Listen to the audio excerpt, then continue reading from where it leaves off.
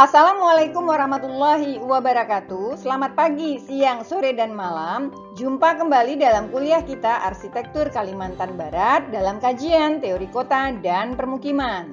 Kali ini kita akan membahas tentang karakteristik permukiman yang merupakan video kedua dari materi sebelumnya, yaitu tentang pola permukiman. Pada video sebelumnya telah dijelaskan tentang pola permukiman, yaitu segala sesuatu yang berfungsi sebagai pedoman untuk menjelaskan sebuah kondisi dari sebuah permukiman dengan menggunakan berbagai elemen yang terdapat di dalam sebuah permukiman. Ini berarti di dalamnya terdapat struktur ruang permukiman, pola spasial permukiman, pola sebaran atau pengelompokan permukiman, pola tatanan atau susunan permukiman, dan pola tata ruang permukiman. Kita akan lihat kemudian tentang elemen permukiman. Pendapat yang pertama adalah dari Burhan yang mengatakan bahwa pola tata ruang permukiman dipengaruhi oleh guna lahan atau berbagai elemen pembentuk dari sebuah kawasan, dari sebuah perletakan dari berbagai elemen. Jadi lahan termasuk bagian daripada elemen tersebut. Kemudian yang kedua adalah ruang budaya. Bisa berdasarkan aktivitas harian, bisa berdasarkan ritual-ritual yang terdapat di dalamnya. Kemudian yang ketiga adalah pola tata ruang tempat tinggal, yaitu rumah dan pekarangan, struktur tata ruang maupun pola tata bangunan. Nah, kemudian pendapat yang kedua yaitu dari Norberg Schultz yang mengatakan bahwa pola permukiman digambarkan melalui identifikasi tempat. Ya, jadi ada tempat, kemudian identifikasi daripada lintasan atau sirkulasi dan juga batas ya sebagai komponen utama daripada permukiman. Kemudian dikatakan pula bahwa berbagai tempat, lintasan dan batas tadi diorientasikan melalui sebuah hierarki dan jaringan atau lintasan yang muncul dalam suatu lingkungan binaan, bisa jadi secara fisik maupun non-fisik, yang tidak hanya mementingkan orientasi saja tapi juga objek nyata dari identifikasi tersebut. Jadi dalam hal ini tidak hanya guna lahan, ruang budaya, kemudian ada pola tata tempat tinggalnya, kemudian ada juga tempat atau lintasan yang tersusun berdasarkan sebuah hierarki dalam sebuah jaringan yang bisa jadi secara fisik maupun non-fisik.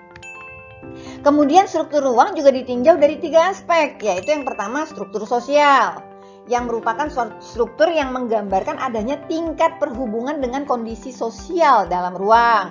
Kemudian yang kedua ada struktur ekonomi, yang menggambarkan kegiatan-kegiatan ekonomi yang diselenggarakan oleh penduduk atau masyarakat dalam permukiman tersebut. Kemudian yang ketiga yaitu struktur fisik dan kegiatan, yaitu menampilkan bentukan-bentukan fisik ruang yang diidentifikasikan dengan pengelompokan fasilitas atau pengelompokan kegiatan pada lokasi tertentu.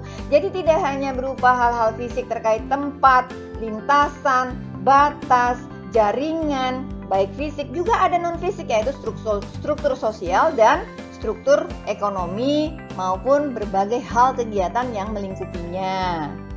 Selanjutnya, Han mengatakan bahwa sebuah pola permukiman itu terbentuk dari berbagai elemen pembentuk ruang. Jadi bukan hanya satu elemen saja, tapi bagaimana hubungan yang kompleks dari satu elemen kepada elemen yang lain atau keseluruhan daripada elemen tersebut. Nah, dalam hal ini struktur ruang permukiman atau dikatakan spatial system dibagi menjadi ada yang namanya global space dan juga elemen space. Jadi ada space-space yang global yang tidak hanya berada di lingkungan permukiman itu sendiri. Jadi bagaimana elemen space yang ada di lingkungan itu berpengaruh juga terhadap global space, atau global space yang mendunia atau alam raya juga berpengaruh terhadap elemen space atau elemen yang terdapat di dalam permukiman itu. Kemudian ada hubungan antara elemen space itu sendiri. Jadi bagaimana keterkaitan antar elemen di dalam permukiman itu sendiri itu juga menjadi bagian daripada sebuah pola permukiman. Selanjutnya dalam hal ini penempatan daripada elemen-elemen lingkungan itu juga termasuk hutan, kemudian daerah hunian, tanah pertanian dan tempat-tempat suci. Jadi tidak hanya tempat untuk tinggal saja, tapi juga termasuk tempat suci, termasuk kuburan dan juga hutan. Karena hutan juga menjadi bagian dari kehidupan, jadi bagian daripada global space yang dimiliki dari sebuah permukiman. Selanjutnya, Rapoport juga mengatakan bahwa tata ruang adalah lingkungan fisik tempat terdapat hubungan yang kompleks atau hubungan dari sebuah organisatoris dari berbagai macam objek dan manusia. Jadi tidak hanya objek saja, tidak hanya alam saja, tapi juga manusianya. Berarti juga termasuk kegiatan-kegiatan atau hal-hal yang tidak terkait fisik daripada sebuah permukiman. Itu termasuk di dalamnya merupakan hal-hal yang tidak terpisahkan dalam elemen permukiman. Nah, berbagai teori tentang elemen permukiman ini sebetulnya dapat menyampaikan kita pada teori tentang permukiman yang pernah disampaikan oleh Doxyadis pada video sebelumnya. Bahwa elemen permukiman terdiri dari 5, yaitu alam atau nature, kemudian anthropos atau manusia, kemudian society atau masyarakat, kemudian cells atau bangunan, dan juga networks atau jaringan. Nah, dalam hal ini dapat kita rumuskan menjadi 3 hal besar. Yang pertama adalah wadah, ya, baik itu alam maupun shell dan lain sebagainya, yang merupakan kawasan perumahan lengkap dengan sarana dan prasarana lingkungan, baik sarana prasarana umum maupun sarana prasarana sosial, yang memberikan ruang gerak dan sumber daya serta pelayanan. Kemudian yang kedua adalah isi. Isi berarti penghuni atau kelompok masyarakat yang berada di dalam kawasan perumahan tersebut. Dan yang ketiga adalah jaringan atau kegiatan sosial, kegiatan budaya, kegiatan ekonomi yang dilakukan karena adanya kepentingan dari masing-masing penghuni dengan memanfaatkan situasi dan kondisi yang ada pada kawasan perumahan tersebut. Nah, kita akan lihat hanya 3 elemen besar itu saja. Terkait dengan karakteristik permukiman ini, kita tidak hanya melihat pada elemen permukiman saja, tapi juga melihat tatanan atau susunan daripada permukimannya atau ruang permukimannya. Di sini, Rapoport mengatakan bahwa dalam menentukan tatanan atau susunan ruang permukiman, terkait dan pemaknaan lingkungan juga memiliki cakupan yang luas. Yang sangat luas bahkan, tidak hanya dilihat dalam hal lingkungan sekitarnya saja, akan tetapi juga dalam lingkup yang sangat luas, seperti kedudukan dalam jagat raya, di bumi, tempat seseorang bertempat tinggal. Misalnya saja, sebuah permukiman kelompok masyarakat tertentu, misalnya bisa Dayak, bisa Lombok, Sasak, dan lain sebagainya, di mana mereka menempatkan lingkungan permukimannya berorientasi pada gunung. Ya, misalnya bisa saja gunung menjadi bagian yang ada di depan wajah bangunan mereka, atau gunung menjadi bagian belakang wilayah bangunan mereka. Meskipun sama-sama menjadi sesuatu yang dianggap suci atau keramat, tapi bisa jadi pola-pola pikir yang ada di dalam masyarakat ini membuat perbedaan daripada susunan atau tatanan dari permukiman tersebut. Kemudian dikatakan pula oleh Rapoport bahwa ruang yang terstruktur itu melalui berbagai cara dengan skala yang berbeda-beda, mulai dari lingkup ruang yang individu sampai pada cakupan ruang wilayah yang luas yang terorganisasi. Jadi bisa dari ruang kecil, dari hunian kecil, misalnya bagaimana sebuah keluarga berada dalam sebuah huniannya, kemudian terkait dengan bagaimana ketetanggaannya, kemudian bagaimana mereka ke pekarangannya, kemudian ke wilayah-wilayah yang menjadi daerah tempat mereka untuk mencari kebutuhan hidup mereka, dan seterusnya. Nah, ini menjadi sebuah ruang-ruang yang terstruktur. Kemudian Rapoport juga mengatakan bahwa sistem perhubungan setiap skala sangatlah kompleks, di mana ada menunjukkan suatu tatanan dan keteraturan tertentu yang terpolakan, bisa jadi akibat daripada pola sosial budaya masyarakat dari penghuninya tersebut, ya. Selanjutnya, terkait daripada susunan atau tatanan dari struktur ruang ini, Norberg Schultz mengatakan bahwa perlu untuk diidentifikasi terlebih dahulu tentang tempat, kemudian lintasan, kemudian batas dari komponen-komponen utama dari sebuah permukiman. Selanjutnya, ketiganya ini diorientasikan melalui sebuah hierarki dan jaringan atau lintasan yang muncul dalam suatu lingkungan binaan bisa saja secara fisik maupun non-fisik, yang tidak hanya mementingkan orientasi saja tetapi juga objek nyata dari identifikasi. Jadi misalnya saja sebuah permukiman tadi sebagai contoh diorientasikan terhadap gunung, lintasannya juga mengarah kepada sana, tapi bisa saja lintasannya tidak secara fisik mengarah pada gunung tapi mengarah kepada hal-hal yang tidak terlihat. Tidak terlihat juga lintasannya tapi terlihat arahnya ternyata mengarah pada suatu tempat tertentu atau mengarah pada orientasi tertentu. Misalnya, itu bisa saja terjadi. Misalnya, mengarah pada sebuah tempat di mana terdapat di dalam tempat tersebut sebuah kegiatan ekonomi. Misalnya sawah atau ladang, itu bagian daripada tempat terkait ekonomi. Atau mungkin orientasinya terhadap hutan misalnya, tapi tidak terlihat dengan jelas adanya bentuk fisik daripada lintasannya atau arah daripada orientasi tersebut.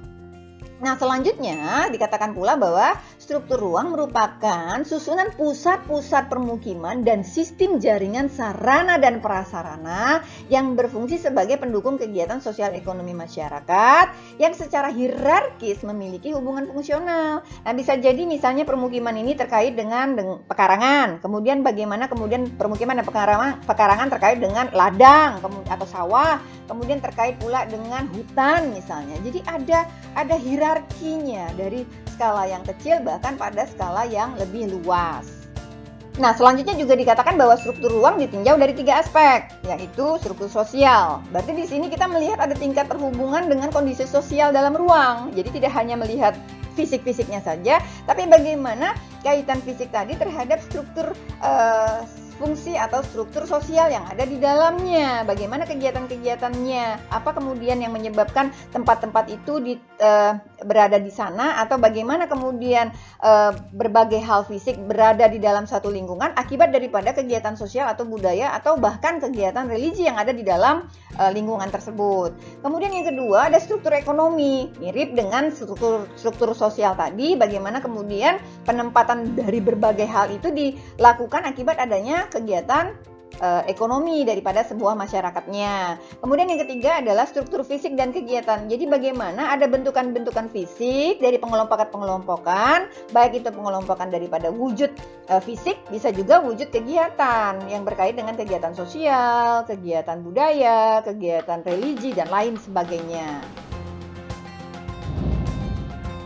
Selanjutnya, terkait karakteristik permukiman dalam hal tatanan ruang, Han mengatakan bahwa itu tidak hanya merupakan hubungan dari satu elemen semata, tapi berbagai elemen daripada sebuah ruang yang sangat kompleks. Tidak hanya yang di lingkungan kecil, tapi juga lingkungan yang besar, dikatakan seperti itu. Kemudian dikatakan pula bahwa struktur ruang permukiman dari sebuah permukiman tradisional biasanya sangat dipengaruhi oleh unsur-unsur kepercayaan. Jadi konteks sosial budaya ekonomi masyarakat di dalamnya yang lebih mendominasi adalah urusan atau kegiatan keimanan atau kepercayaan daripada masyarakat yang tinggal di dalam permukiman tersebut.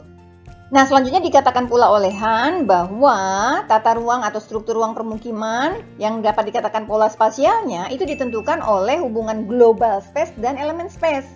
Jadi ada dua, global space dan elemen space, serta elemen space itu sendiri. Jadi dikatakan bahwa elemen space itu adalah elemen-elemen yang terkait hunian saja, tapi kemudian ketika bicara global space lebih kepada alam raya.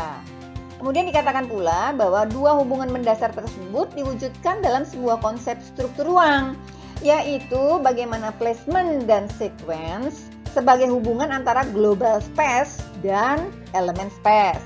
Kemudian dikatakan pula bahwa global space didasarkan atas persepsi dan kognisi penduduk desa. Jadi tidak hanya berkaitan dalam konteks hal-hal terkait fisik semata, tapi bisa saja misalnya sebuah kawasan pemakaman dikatakan hanya ada tempat atau tonggak batunya saja, bahwa di situ adalah kawasan untuk memakamkan masyarakat yang sudah meninggal kemudian, atau mungkin tempat mereka berdoa melakukan sebuah rangkaian ritual, di situ hanya ada sebuah batu kecil atau kemudian dikasih kendi di sekitarnya yang menunjukkan bahwa itu adalah daerah suci mereka. Jadi bisa berangkat dari persepsi atau kognisi daripada penduduknya. Kemudian berikutnya adalah elemen space yang terkait tanah, jalan, unit-unit hunian, dan fasilitas. Jadi tanah juga termasuk di dalamnya.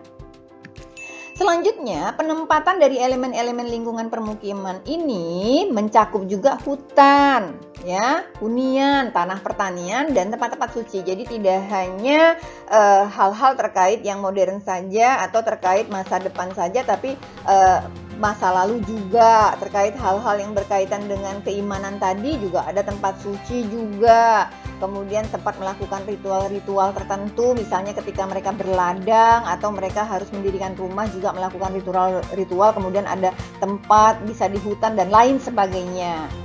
Kemudian berikutnya, hubungan antar elemen space diwujudkan dalam interaksi dan hierarki. Jadi bagaimana interaksi antar hubungan? Bagaimana, ada nggak hierarki yang paling tinggi apa? Mungkin tempat yang suci bahkan, itu mungkin menjadi hierarki yang paling tinggi. Kemudian yang paling rendah adalah misalnya mungkin pekarangan barangkali, atau mungkin sungai atau apalah, karena dari masing-masing permukiman biasanya menunjukkan atau terdapat hal-hal yang berbeda. Kemudian dalam sebuah contohnya misalnya ada tempat suci berfungsi sebagai pusat yang selanjutnya menjadi orientasi dari identifikasi berbagai kegiatan manusia. Jadi merupakan bagian yang diidentifikasi dari sebuah struktur ruang yang menjadi hierarki atau menjadi pusat daripada penempatan berbagai elemen permukiman lainnya. Itu bisa menjadi sebuah contoh. Banyak sekali contohnya karena masing-masing permukiman berkait dengan permukiman etnis atau permukiman tradisional itu akan berbeda satu sama lain. Bahkan mungkin ada kemiripan satu sama lain. Selanjutnya terkait permukiman tradisional, ada karakteristik tertentu pula yang melingkupinya. Sebagaimana yang dikatakan oleh Chrysler, di mana dikatakan bahwa ada nilai-nilai adat yang dipegang oleh masyarakat tersebut. Maka tatanan, bentuk, dan lain sebagainya harus melihat nilai-nilai tersebut. Harus melihat hubungan keterkaitan antara nilai kepercayaan atau agama yang biasanya sifatnya khusus dan unik pada suatu masyarakat tertentu. Dan biasanya di luar sejarahnya, tapi juga biasanya terkait juga dengan sejarah kehidupan mereka. Kemudian selanjutnya, Ronalds dalam Sasongko juga mengatakan bahwa ruang-ruang yang terbentuk itu biasanya berdasarkan kegiatan atau aktivitas masyarakatnya. Jadi ada sebuah sistem kegiatan di dalam sebuah masyarakat tradisional yang dibedakan, misalnya sistem kegiatan rutin, misalnya kegiatan-kegiatan utama biasanya berladang, ya. Kemudian ada sistem kegiatan yang berlembaga, misalnya ada acara-acara atau ritual-ritual adat misalnya. Kemudian ada lagi sistem kegiatan yang menyangkut hubungan yang lebih kompleks dengan berbagai sistem kegiatan lain baik perorangan maupun kelompok. Nah, ini biasanya ada kegiatan-kegiatan tertentu biasanya yang memang spesifik atau unik, misalnya semacam hukum adat dan lain sebagainya. Selanjutnya, Wikantoyoso juga mengingatkan bahwa permukiman tradisional yang menjadi aset daripada bangsa Indonesia ini juga memiliki identitas dan ciri khas yang khas dan unik, di mana semuanya itu terdapat dari pola lingkungan, tatanan lingkungan binaannya, kemudian ciri aktivitas sosial budaya, juga aktivitas ekonominya. Mereka itu semua memiliki berbagai ciri-ciri yang khas. Misalnya saja yang paling utama misalnya dalam hal perladangan, karena pada umumnya masyarakat tradisional itu adalah petani. Yang mana pertanian itu merupakan kegiatan keseharian mereka sepanjang tahun, di mana ketika mereka memulainya dari awal hingga akhir itu terdapat ritual-ritual tertentu, dari mulai menentukan hari tanamnya, kemudian menentukan lokasinya, kemudian melakukan penebangan wilayahnya yang terdiri dari semak atau hutan yang tidak lebat misalnya, kemudian penanamannya, kemudian sampai kepada penyemaian dan kemudian penuaian, itu semua melalui sebuah ritual atau berbagai ritual yang dilakukan di ladang tersebut, di permukiman mereka, di hutan dan lain sebagainya. Jadi berbagai etnis yang terdapat di Indonesia itu berbeda-beda karakteristik daripada pola permukimannya. Demikian juga dengan Kalimantan Barat yang memiliki beberapa etnis yang dominan di sana. Terkait permukiman tradisional ini, Aliyah juga menyampaikan hal-hal yang sangat spesifik, Misalnya bahwa penciptaan permukiman atau kampung pada suatu wilayah itu dimulai dari membuka hutan atau membabat hutan. Ya, jadi bukan cuma sekedar meletakkan bangunan, tapi bagaimana mereka memilih bagian mana yang akan digunakan sebagai tempat hunian mereka, bagian mana yang untuk ladang mereka, bagian mana yang untuk tempat sucinya, dan lain sebagainya. Jadi mulai mereka mencoba melihatnya, kemudian membabat hutannya, masuk bagian daripada karakteristik daripada pola permukiman. Kemudian juga menampilkan tokoh yang membentuk tatanan dari suatu kekacauan. Jadi artinya ada tokoh-tokoh tertentu dalam sebuah tatanan yang sepertinya tak terlihat, tapi sebetulnya ada sesuatu di dalamnya, ada susunan yang menjadi karakteristiknya yang mungkin perlu kita lihat lebih detail lagi. Selanjutnya, Alia juga mengatakan bahwa susunan tata masa atau komposisi bangunan huniannya juga khas. Apakah dia berkelompok, apakah dia menyebar, apakah dia melihat daripada topografi, semuanya khas. Jadi ada dasar-dasar mengapa mereka melakukan penyusunan atau tatanan sedemikian rupa. Selanjutnya juga ada batas teritori wilayah kekuasaan, baik itu pribadi maupun secara publik. Jadi meskipun mereka bersama, berkumpul, bahkan ada di Kalimantan Barat ini khususnya sebuah permukiman di rumah panjang itu terdiri dari beberapa keluarga, tapi ada batas-batas teritori privat yang bisa saja tak terlihat, bisa saja bukan berupa batas fisik. Nah, ini yang menjadi sebuah hal yang sangat khas dan spesifik, di mana ada tingkatan derajat atau strata sosial atau privasi sosial di dalam masyarakat mereka. Kemudian status sosial itu sangat mempengaruhi besaran lahan atau ukuran luas tapak, mempengaruhi bentuk dan ukuran dari segala macam, bahkan pagar, kemudian bentuk dan ukuran bangunan rumah tinggal, dan lain-lain sebagainya. Selanjutnya, Widayati juga menyampaikan bahwa pengelompokan permukiman dapat didasari atas dasar kesamaan daripada golongan masyarakat. Misalnya sama-sama dalam kelompok sosial tertentu, misalnya masih kerabat keraton, maka berada di daerah wilayah keraton. Dalam sebuah etnis tertentu, berarti dia berada dalam sebuah kelompok tertentu. Dalam etnis yang sama pun juga terdapat berbagai atau beberapa kelompok. Bisa jadi disebabkan mungkin ini karena satu induk, yang ini karena sepupu agak jauh makanya terpisah, seperti itu. Kemudian kesamaan profesi juga bisa melingkupi sebuah karakteristik daripada pola tata ruang permukiman. Bisa jadi pengrajin kalau masyarakat tradisional, misalnya pengrajin caping, misalnya kalau di Pontianak misalnya. Kemudian ada juga pengrajin batik, pengrajin tenun, dan lain sebagainya. Selanjutnya ada juga kesamaan atas dasar suku bangsa. Nah, ini paling banyak di Indonesia, termasuk di Kalimantan Barat ini. Nah, kita telah selesai membicarakan berbagai unsur, berbagai elemen dari permukiman. Apakah itu elemen permukiman maupun karakteristiknya dan bagaimana pula pola permukimannya. Selanjutnya, kita akan membicarakan tentang bagaimana mengidentifikasikan sebuah pola permukiman, terutama permukiman yang ada di Kalimantan Barat.